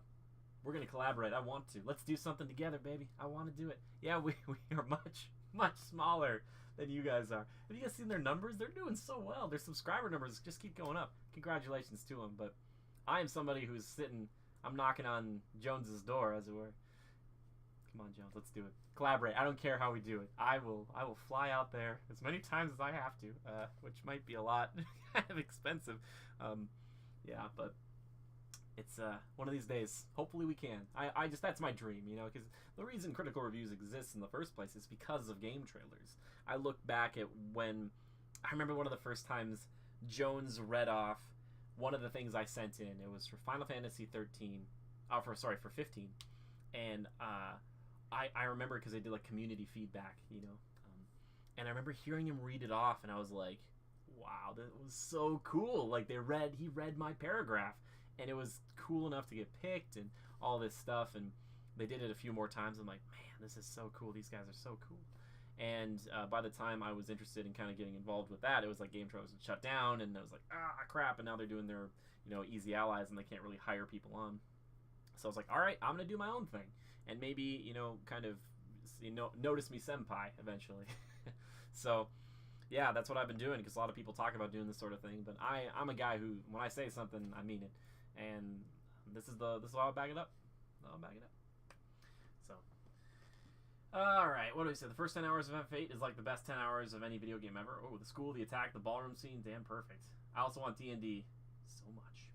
I also want a D&D so much. Who wants to play that D&D? Wants to. I know I always say this, but we do have like the first 4 hours of a D&D campaign we recorded. So I might start putting those up. See what you guys like. If you do like it, we'll maybe try to get a video component to it eventually. But anyway, in summary, I love D&D. I love Easy Allies. I like acronyms with 3 letters usually, but not all of them, because some of them are quite bad. Just head that off of the past. Yeah, I'm sad I've not been able to DM for a while since school started. Feels like forever. I'm sorry, Anna. Anna, are you playing any games? I never saw it. Is it better? Gotta be careful what you say on camera. Yeah. So if you love me and you've never seen the Easy Allies, please check them out on YouTube and Patreon. They're incredible. They're wonderful, cool people. All of them are nice. I've met and shook like all of their hands. I love them so much. I just wish I could talk to them more often. Thankfully, once in a while, Kyle Bosman will be on a show, and that is incredible because he is just such a fun guy to talk to, and it's cool to actually have someone who is so well known who actually wants to hang out and talk with me about Marvel stuff. I can talk to that guy for hours and hours and hours. So, yep, yeah, I love him. He's a good guy. And Ian Hink, that guy's great. He's wonderful. I love Ian. We don't probably agree on all games for everything, but he's one of the sweetest dudes. Man, that guy. Like, sometimes he says things that are inflammatory. He doesn't mean to be mean though, and I love him. I do. He's very responsive too. If you ever want to talk to him on Twitter, he'll talk to you. He has time for you. It's beautiful. It's a beautiful thing. Show me the lilies. Yes, Ian Love. Kyle seems to like you. Well, I hope so. I like Kyle. Kyle is he's a good guy. I respect a lot about how Kyle carries himself professionally. He's a really good host. He's a really good moderator. I try to be a better moderator when we have multiple guests on the show. And the way he jokes about things and the way he's unapologetic about the things he loves, because he just loves things. He really does. Like, he doesn't always come off that way, but he's a very passionate guy. And being in his presence is always a treat. Always a pleasure. I look forward to talking to him all the time. So I'm hoping we can talk to him for Black Panther. But if we have to wait to Infinity War, that's fine too. I'm like, I want to hang out with you. So seeing him and Ian and Jones at PAX was like, what a great trio. It was what a wonderful time. I love all those guys. So that's why I'm hoping to collaborate with them, because like I would work with any of them on anything. They're all so cool. Oh man, yeah. But that was all it would be, is a collaboration. Because don't worry, I don't care how many tens of dollars they'd offer me to abandon Critical Reviews. I wouldn't do it. Plus, that's all they would need is just another guy on the team. The 10th guy. I'd be the 10th. I'd be like, hi. But I'm not a businessy guy, and that's what they're looking for. So, I mean, I do know business things, but not all the business things. So, cheers and all that. Delicious. My question for you, chat. Yeah, exactly, Missile Mage. Totally. People would be like, yay. But at the same time, like I've said before, I wouldn't want them to get somebody who isn't passionate about games just to kind of fill a void of being like, we have to have more gender equality or have more ethnicities diversified here. I think those viewpoints are very fascinating and just as valid as anybody else's, but I'd want them to get somebody who fit within their group, as opposed to just being like, we have to have this person be here, because, So, my question though for you guys is, who out of all the allies, you can involve Kyle there too. Which one of them would you like to see on the podcast next? If there's anybody, if you a pipe dream, if you really like Jones, you like Huber, you like Bloodworth, you like Damiani, like anybody, who would you want? Who should I try to campaign to get on the show? Because if there's somebody that everybody agrees on, we just tweeted them relentlessly, and then they have to be on, right? No, just kidding. At the park meetup last year, I ended up talking to Gab before I had to leave, and she was standing next to Kyle and looked at me like, why the hell are you leaving? Ben. Just Ben. All the Ben. Missile Mage, he was on once, and it was glorious, and I love talking to Ben. Ben is, like I've told people before, he's probably one of my favorite allies. He's just, I just don't know. You have to tweet it, like, you guys have to tweet at Ben. I've tweeted at Ben, I've messaged him, and it's just like, he's got a lot going on. But I have a lot going on. And if he wants to make the time, I think he'd be on the show again. I don't think he's got any qualms with that. But he's just been doing a lot of things, and I would love to have him back on. Ben, I would love to have you on the show. You're excellent. And Ben and I feel like we're two Midwest boys who love Metallica and Slipknot and crazy video games from Japan, but we like to blow stuff up and cut things up and, in games. And I just think we'd be best of buddies, but just one of those things, distance and the fact that we don't work together. Huber, want to see you and Huber talk. Yes, Simon, can you tweet at Huber? I've been trying to get him on the show. He told me last March, he's like, bug me about it, and I just keep sending him messages. So it's like, if other people tweeted him, eventually maybe he'll be like, I would love to have him on the show. I love Huber. Huber, I kissed him on the forehead last year, actually. He was all up in my face. So, yeah, I brought it, but I love Huber. He was in like a little interview of mine. That was great. The audio wasn't great, but I love that guy. I seriously do. I feel a kinship to him and Ben. I feel like I'm a cross between the Ben, Kyle, and Huber. Like I'm somewhere in between all that. So I love all the allies, to be honest. I don't watch them anymore, but I still love them. I can relate to constantly bugging someone about something. Oh, there it is. There it is. Ryan, I forgot. You're a fan of the allies? You've heard of them? Yes. I think Huber has me muted. What did you do? Maybe he's got me muted too. I don't know. Yeah. I don't know. Hopefully not. I understand certain people getting muted. Sometimes there are people who just kind of constantly put negative things on Twitter, and that's fine.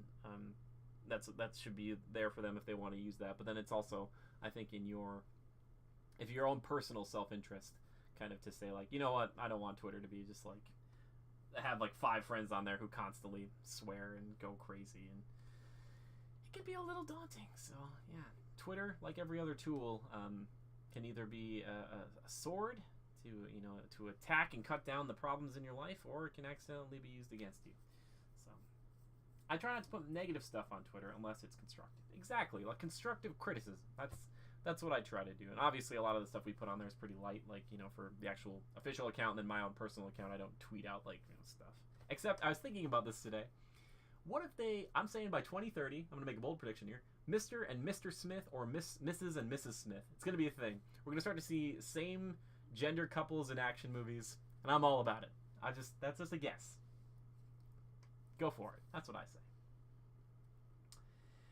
Why would you ever add someone to tell them you didn't like what they did? Yeah, I know. Well, it's like, so you can yell at a celebrity, be like, at the real Mark Hamill, like, I hated you as Luke. You'd be like, why? Why? After you've been saying that they are awesome and having Kyle and Ben on the show, I decided to check them out. Oh, Ryan, thank you, dude. Cool. I hope you enjoy their stuff. I don't know if you have a favorite show they do. Mine is probably Frame Trap. I love long form, 3-hour, just sitting chatting with your buds. That's probably my favorite. And I do listen to their regular podcast. But one of my dream goals, guys, is to be on Frame Trap or the podcast. Like, I don't care. I just want to be on one of their shows just once. Just one time. They don't even have to say my name. I just want to be on there because I feel like I'd fit in. It would be fun. It'd be so much fun. I would. Oh, man. And the way Kyle phrases that stuff and frames things on the regular podcast that they do, he does a good job of, even if you don't know about it, he gives you just enough information that you can make an educated decision about it. That's really cool. So, yeah, Miss Mage on Twitter. I didn't like it, and I wanted to ruin your day by telling you I didn't like it. I think we're getting to the stage where more things are being accepted. Here's the thing about accepting different people. I still have biases, and some things still seem so weird to me, but they're slowly getting less weird, and that's a good thing. In movies, oh, for sure. Yep. Yeah, no, totally. And I think that's just going to keep happening, and then hopefully one day, nothing will be weird to anybody as far as a movie is concerned, within some sort of boundaries. Like, yeah, but maybe, yeah, some of those really artsy movies get all the awards, so what do I know? Trying to phrase this properly is difficult. Oh, for sure. Yeah, and you don't have to, but yeah. Why do we have to start talking about the allies? But Brandon Jones is really the guy. He's the guy.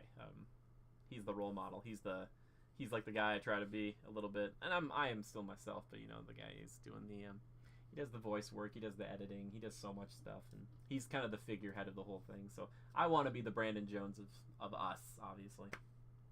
So we're slowly growing. This week we had Levi on the show, which is a lot of fun, and we don't need to be 9 strong like they are, but Man, I really want to start doing what they do.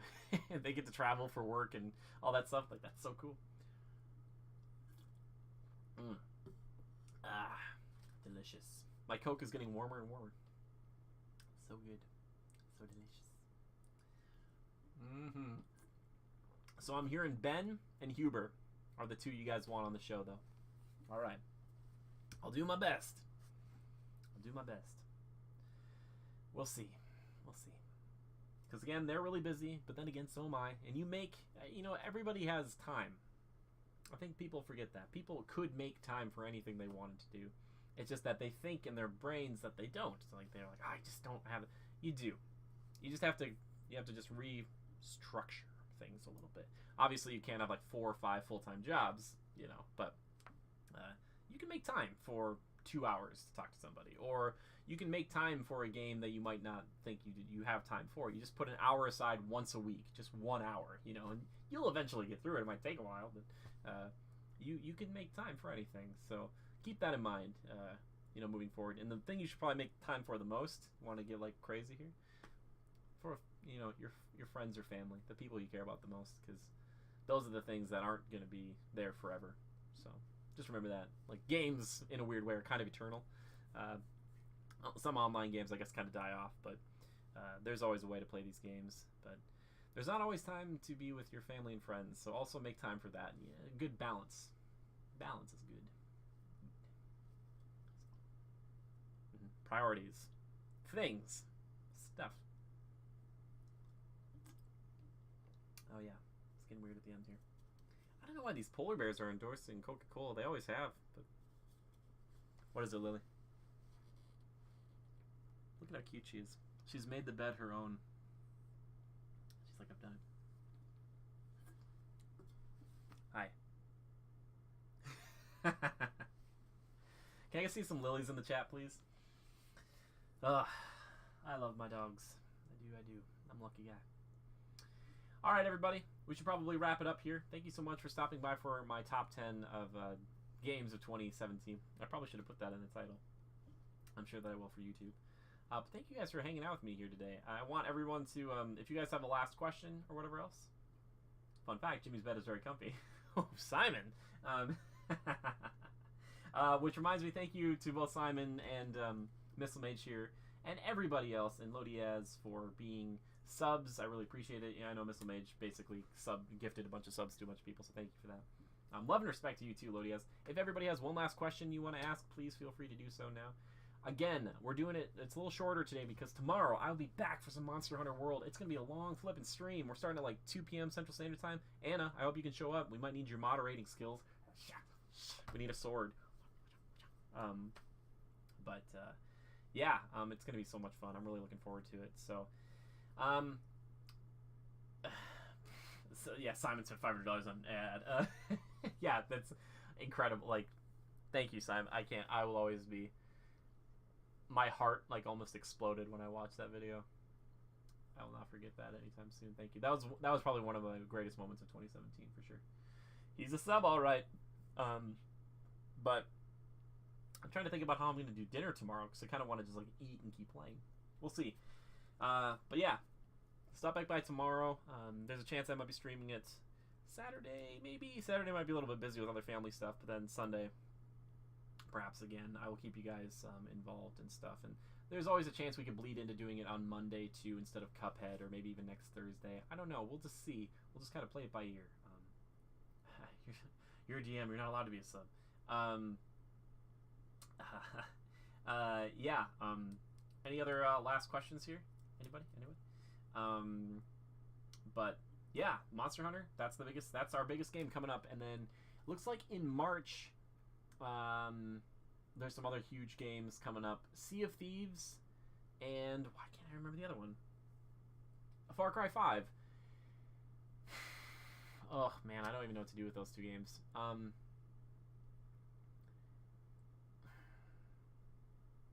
We might be getting both. I don't know, we'll see.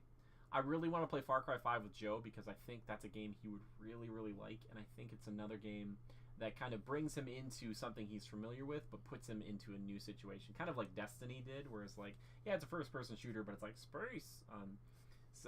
And Sea of Thieves, he's kind of interested in. I will not play that game really without friends. I really won't, because I have, and it's not. I won't lie to you guys. It is not super fun by yourself. So if you want to get Sea of Thieves, make sure you've got 2 or 3 buddies who are willing to play with you, because if you don't, you're going to be fighting like in Monster Hunter World, and it might not end well. Seems like you really got to play with friends. Yeah, Fragnon was saying the same thing. It's not even like, well, you could play with friends, like a Gears of War or something. You know, you need to, like, you have to. Like, the fun you're going to have in that game, it's only going to come really from your buddies. Oh, Anna, you're going to get it? And if you're getting it, then you're a part of the crew. Anna, you got to join us. I watched, they have like a 7 or 8 minute progression video for that game. You guys should watch it, but I watched it and I still don't know what. There's like 3 things, like you can focus on, like the PvP, the PvE, or like magic stuff or something. And I was like, I don't even know what. I still don't really know what gold gets you. I guess better ships or better like looking stuff, but you'll always have the same guns, and I don't know. Guys. We'll see. I think Sea of Thieves is one of those. I don't want to say it's the toaster strudel of 2017 or 2018, but we'll see. If for some odd reason Skull and Bones is more loved than Sea of Thieves, I don't know. What game this year do you think will flop, and what game do you think will be a dark horse? Well, there you go. No, okay. Let's talk about it. Yep, it's on Xbox One and I think PC, Anna, I think. Flop. I don't know if Sea of Thieves is going to flop. I think it's just going to die out really quickly. I think people are going to stream it for like 2 weeks, and then people are going to be like, yep, that's it, and then they're just going to move on. Dark Horse, I think there is the potential, and now, you know, I'm talking from the perspective of January. I think there's a potential, hopefully, that we will still be talking at least a little bit about Monster Hunter World at the end of this year. I could see where it would get buried under things like God of War and Red Dead Redemption 2, and if Kingdom Hearts 3 comes out. All those things, I get that. However, I think there's a potential for it not only to be bigger here in the West, but also something that we remember and look back on fondly back in 2018 when it comes to 2019. So I'm hoping that's kind of like a dark horse. I know it's going to sell pretty well, but I think that's it. I know a lot of people are excited about Dragon Ball FighterZ, but we'll see. I don't know. I think that one's going to sell probably. Maybe that'll sell better, Dragon Ball will, but yeah, I don't know if there's any other fighting games it has to contend with this year. So I think it works on both PC and Xbox One, and you can play with people from either platform. Yes, I think so. So if anybody has it on PC or Xbox One, and I think we'll probably get it, please join our crew. I'll probably set up all this stuff. We're going to try to set up, for every game that you see me playing, if I can set up a guild or a squad or whatever with critical reviews on it, you better well know that it's going to be that. And if you're on PlayStation 4 and you know some people from the Legion here who want to play it there, feel free to set that up. Maybe mention it to me so that way I can say, like, yep, that's the official one, so people can kind of join up with that. But if you want to play with other like-minded folks, that's maybe a good way to do it. Great question. Any other questions here, guys? Then we can wrap it up. Finish it up. Because Lily's like, ooh, it's almost time for food. Time to eat. Huh? Nothing? Lily? I love her so much. Yeah. Lily's she's my little Arcanine. I love her. I would, but I can't afford a new game right now, though. That's fine, Missile Maids. That's why you can watch us play it. Unless one of these jobs gets back to me. Oh, who wouldn't want you, Missile Mage? Who wouldn't want you, man? Bunch of fools. Bunch of fools wouldn't want you. You don't want to be wanted by fools. Yes. Send the good vibes. This is what I do if I ever tell you guys online that I'm sending you good vibes. I literally do this. I'll be like I'm trying to send like a force of energy out to you wherever you are in the world. So I'm always like gets to you. I pity the fools. Nice job. Oh man, that's super good. Well done. Bravo. Yeah, I hope you guys enjoyed this kind of format, though, for top 10 list. Again, a bit different than what I did last year, but I think it works just as well, and I like kind of having a conversation as opposed to it just me being one-sided. Jedi Jimmy, yeah, totally. Just sitting on a rock. God, yeah. Oh, Jedi. Can we get Yorin Evers to draw that? Again, I'd be in black with a red lightsaber, so I'd look like a Sith, but I don't know. I'd want to be somewhere in the middle. Gray Jedi. I'm a Gray Jedi. I still technically have a job. Need to him. I noticed in soon. Gotcha. Which, Simon, by the way, that picture you got of me from Final Fantasy 15 from Yorin as Noctis, that pops up once in a while. I'm like, on my computer. I'm like, thank you. Yeah, get after Yorin. About your commission. Oh, Missile Mage, I can't wait to see what that is. Yeah, he's a busy guy too. Oh, I love Yorin. Oh, Yorin Everts. Please check him out at Jade Circle Art on Twitter. Jade Circle Art. Go. Tell him Jimmy sent you. That'll probably either be a really good thing or a really bad thing. He'll be like, oh no. I'm like, Yorin, I heard you're doing a commission for Missile Mage. And he'll be like, I know. Like, get back to work. No, I'm just kidding. I love you, Yorin. I love you, buddy. Yep. All right, guys. Thank you so much. Again, I'll be on in 23 hours. 22 hours and 59 minutes or so tomorrow afternoon. 2 p.m. Central Standard Time. If you missed out on that, there's probably an archive of it somewhere. We'll probably put it up under CR Plays or something like that. So hopefully I'll see you guys tomorrow. I hope you guys have a lovely evening. Thank you so much for hanging out with me while I talk about my personal games of 2017. I hope they kind of coincided with some of yours, but if not, that's okay. If there's some games I missed, we've talked about a few, but there's some where you're like, Jimmy, you missed this game in 2017. We can always go back. And the nice thing is they tend to get a bit cheaper. You can get more of them, a bunch of them, which is very nice. You might miss the first 2 hours tomorrow. Don't worry about it, dude. It's totally fine.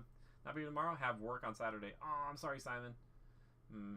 Huge owl patch happening at exactly the same time. That's alright. That's the perfect time to strike. Simon, you could just put it on in the background while you sleep. Just me screaming at Joe. No. But again, thank you to our subs here. Really appreciate it. Thank you to our moderators here. Thank you, Anna. I know Gabrielle Heist Boots would be here, but I think she's doing stuff too. But I thank her all the same. And thank you to everybody who's donating to us on Patreon. I really appreciate you guys. Thank you for sharing our stuff. If you can't donate it and support us there or here, sharing us around with a friend is really literally the best thing you can do, because the more those other numbers go up, the more this becomes more and more of a full-time thing for me, and that just means we get to hang out more, that's all I want to do, is hang out and talk with you guys. So thank you guys so much. I hope you had a good time. And yeah, I will see most of you hopefully tomorrow. And love and hugs to all of you. Hugs, big hugs. It's a good one. It's good. Okay. Gab is busy with her boyfriend. Well, I hate to do this, but when I made her a moderator here, there's kind of like a really, really fine print portion that says if anybody gets in the way of your moderating duties, well, they gotta go. You gotta get rid of them. I'm just kidding. No, I'm happy for her. That's a good thing. She deserves it. I want her to be happy. But yeah. I love you, Gab. You're great. Anyway, just remember to adapt and overcome, and I'll see you guys next time. Bye-bye. I hit a thing. Cue the music.